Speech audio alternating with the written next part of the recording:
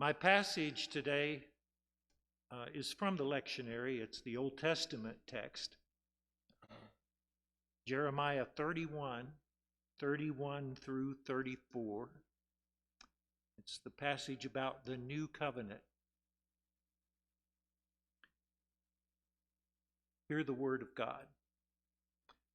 The days are surely coming, says God. Days when I will make a new covenant with the house of Israel and the house of Judah.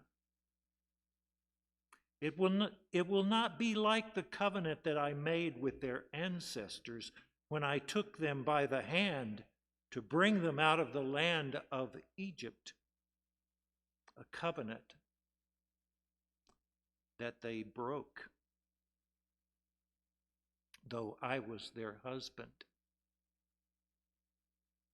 says God. But this is the covenant that I will make with the house of Israel after those days, says God. I will put my instructions within them, and I will write my instructions on their hearts. And I will be their God, and they shall be my people. No longer shall they teach one another or say to one another, know God. For they shall all know me, from the least of them to the greatest, says God. For I will forgive their iniquity and remember their sin no more. Now, just a couple of words about that passage. It's a new covenant, and the portion of the Bible that we know as the New Testament is really the new covenant, because testament is simply a synonym for covenant. It could be, and I would prefer to call it, the new covenant. And the idea is, you'll notice in the Jeremiah statement about the new covenant, that the covenant is made with the house of Israel and Judah. The new covenant is now, because of Jesus and because of the New Testament, the new covenant is now universal. You remember when Jesus died on the cross? And it says in one of the texts that the veil of the temple, that's the veil that covers the Holy of Holies, where they understood that God dwelt, the veil was torn from top to bottom. In other words, God tore it. And so the presence of God is now not just in the Holy of Holies, but in all the world. Of course, I believe the presence of God was always in all the world. But this is a demonstration of it. And this is a witness of it. And it's that Jesus' love, by dying on the cross, makes that real to us, obvious to us.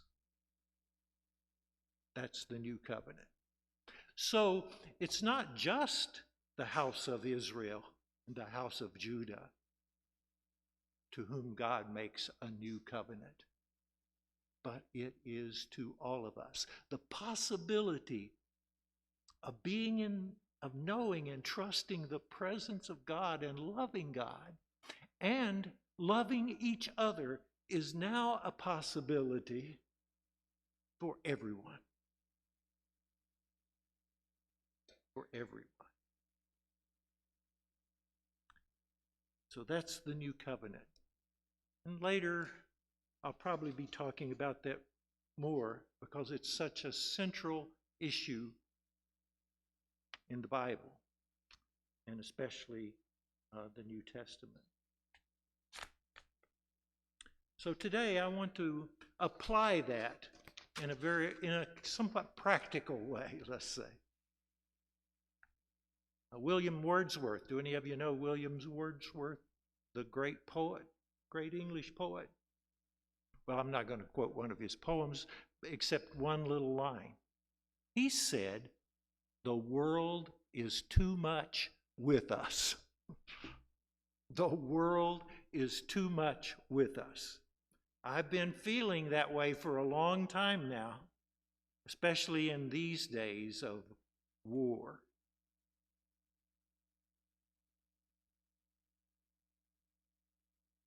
And other destructive things that are happening.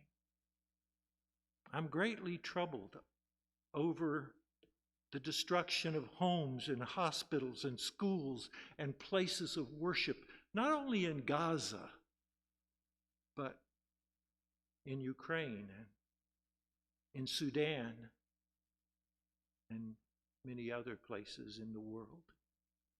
I'm greatly troubled. I'm greatly troubled about the murder of thousands of people, thousands and thousands over the world. You hear about it on the news. I'm greatly troubled that so many children are being murdered in the world, in our wars.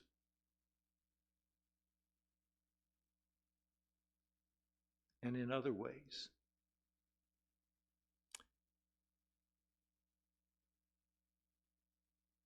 There is so much destruction. There is so much hatred and fear in the world.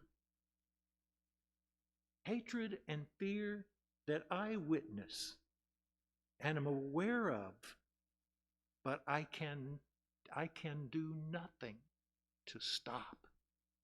Do you feel that way sometimes when you watch the news or when you read about these things that are happening in the world? Do you feel helpless sometimes, like I do? Do you feel like, wow, there's nothing I can do to stop this, to change this? It's like seeing the 4 horses of the apocalypse rampaging across the world and knowing that I nor even a group of like-minded people, the church even, can do nothing to stop this. I feel helpless. I feel helpless because what can I do? What can we do to stop this hate and fear, this greed, this oppression that's in the world? I'm brokenhearted and depressed and angry. At times, I am almost despairing when I see what's happening in the world. But what can I do? It's not just in Gaza, it's in Ukraine, it's in Sudan, it's in the violent collapse that's going on in Haiti. It's at the border with Mexico and in the Mediterranean Sea and so many other places. It's no wonder that people don't just want to hear or see it anymore. They turn off their televisions. They don't read about it anymore. They don't want to think about it. Is it any wonder that we lose ourselves in football games and video games like Mortal Kombat, or reality shows like 90 Day Fiancé. I tell my wife it's 90 Day Finance. There are so many ways of escape that we're involved in, and you can understand why. The misuse of alcohol and drugs, the overconsumption of people that people have, and gambling. A big help for me as I face this horror in the world is one of the aphorisms of the French Christian intellectual Jacques Ellul. Have any of you heard of Jacques Ellul? He passed away some years ago. But he's been a great influence on my thinking since I was in college. And believe me, that was a long time ago. Jacques Ellul wrote this line: think globally, act locally. That helps me with what's going on in the world. Think globally, act locally. Put that over the door of your house. Some artists, maybe you bring out the artist in yourself and make a sign, think globally, act locally, and put it over the door so you see it every time you go out into the world.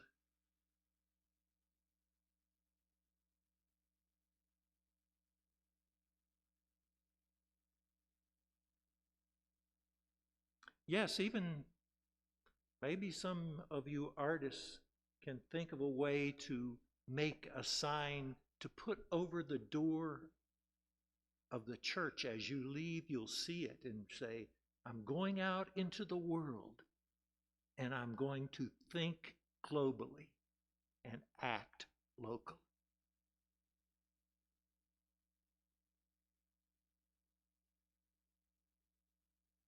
I see this idea of thinking globally and acting locally. First of all, we must be aware of what's going on in the world. We must not escape from it, from reality. We must not be practicing denial. We must face reality. Instead of letting reality lead you to despair or escapism, let it lead you to act constructively and creatively in your particular situation in life. At home,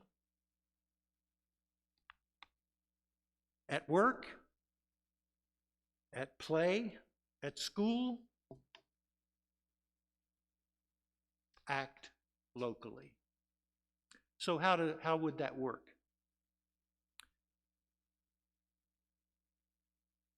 Okay, here's some ways I want to tell you about that I have discovered, learned, many of them from Jesus. First of all, be globally and historically informed.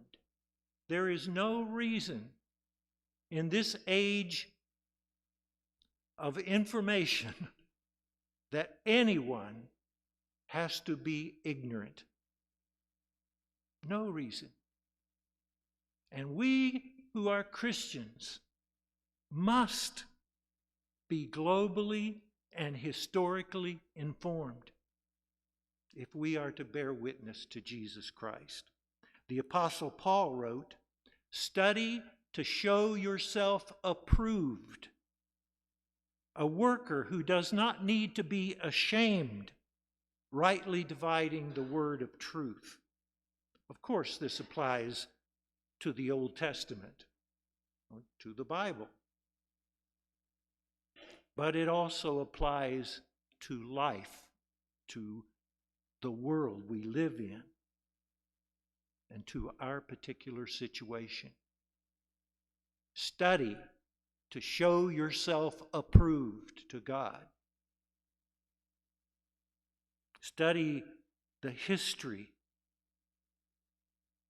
of these places that are involved in such destruction, horror. Know what's going on. Know what's behind these things. You may not be able to stop it, but you can know about it. You can be intelligent about what's going on. And one thing, learn the difference, because you'll see a lot of propaganda on the internet and on television. Learn the difference between history and propaganda.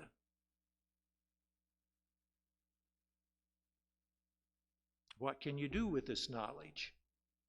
You study to show yourself approved. What can you do with this knowledge? First of all, you can speak the truth that you have learned with love.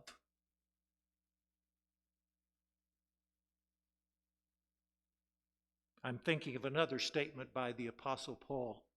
Speaking the truth with love, we grow up into Christ. So learn, but speak the truth that you have learned with love. Don't let knowledge make you arrogant or judgmental or unloving. You must share the truth you have learned with love. With love for the ones with whom you are sharing.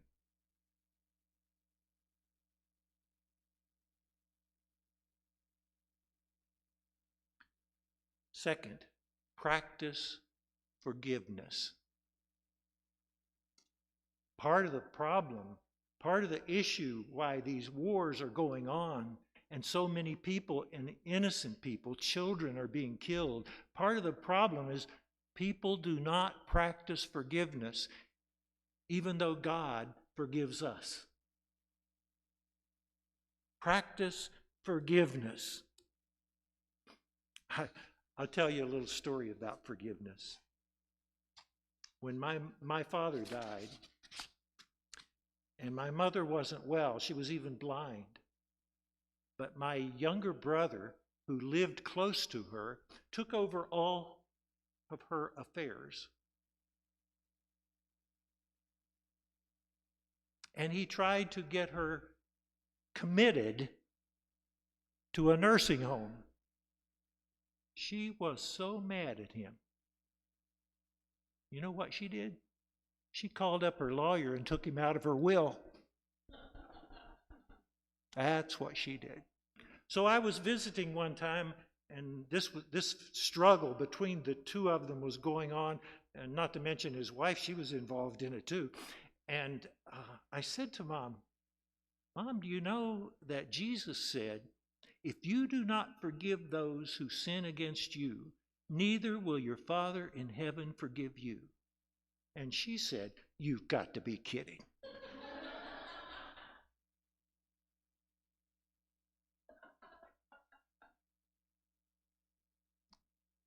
But it was a few weeks later, she went into hospice care, and she called my younger brother to come and visit her, and his wife, and she forgave them.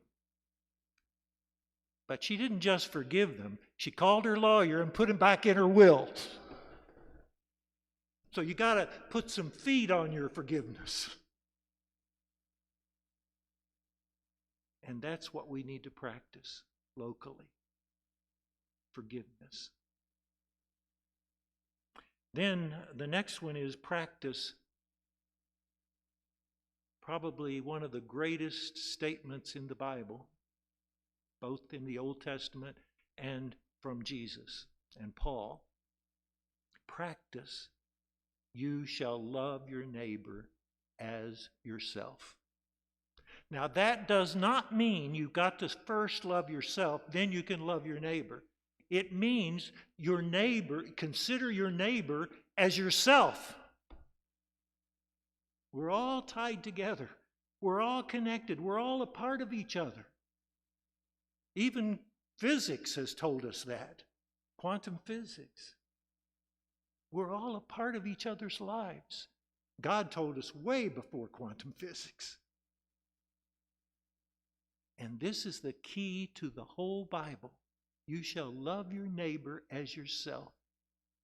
This is the way you get to know God, as the New Covenant talks about, knowing God, loving your neighbor as yourself. So practice this. Jesus and most religions and philosophies of life give another version of that statement. It's called the Golden Rule. It's the same statement, it's just a little differently worded. Jesus put it like this: in everything, as you want people to do to you, do so to them. This is the meaning of the Bible.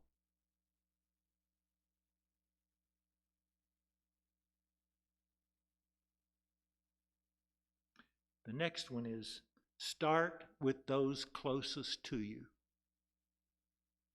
Who are those closest to you? Your spouse? Whoa, sometimes that's hard to... Those people are hard to love sometimes. And sometimes they're hard to forgive. Start with those closest to you. Your spouse, your children, your extended family, your friends, the people you work with, your neighbors. Oh, wait a minute, I forgot one. The people you go to church with.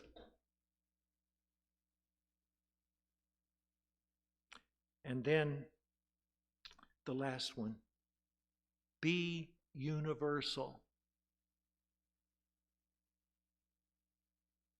There is one bad translation that I think a lot about, and I've studied very hard through the years. And that's in the Sermon on the Mount. The translation, the classic translation of the Greek is, be ye perfect, as your Father in heaven is perfect.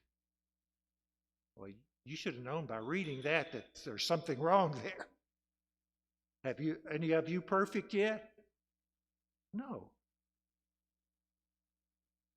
I know that because I know I'm not. That's a wrong translation. Read the context of it. The context is about loving your enemies. It should be translated, be universal, as your Father in heaven is universal.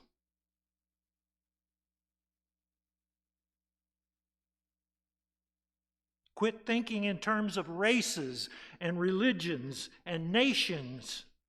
We're all humanity. We're all created in the image and likeness of God. We're all created to love one another. Jesus came to bring us back to that creation intention of God. And not to just bring a certain group back, but to bring the world back to the creation intention of God, that we love one another. That's why Jesus came. This is what Jesus taught. And this is why Jesus died. To call us to turn away from fear and hatred and division, and to call us to the way of God, the way of freedom for all, the way of love.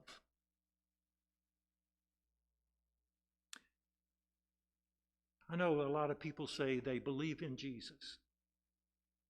And sometimes what they mean when they say that is they believe that Jesus was born of a virgin. They believe that Jesus died on the cross for their sins. And they believe that Jesus rose from the dead. That's wonderful. I believe that too.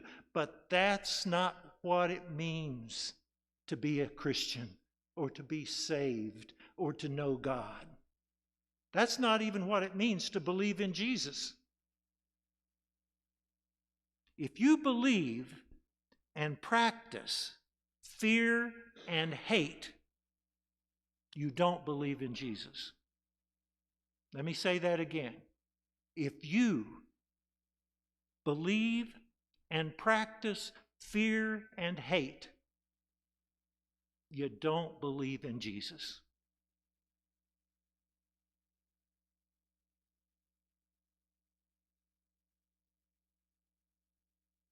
I'm asking you today to think seriously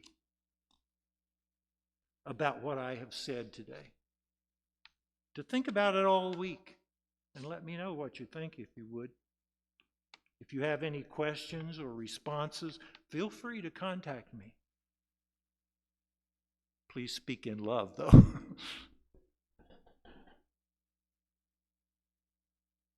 Today, this day, this St. Patrick's Day, this day in church, in the middle of Lent, this day, commit yourself to think globally and act locally.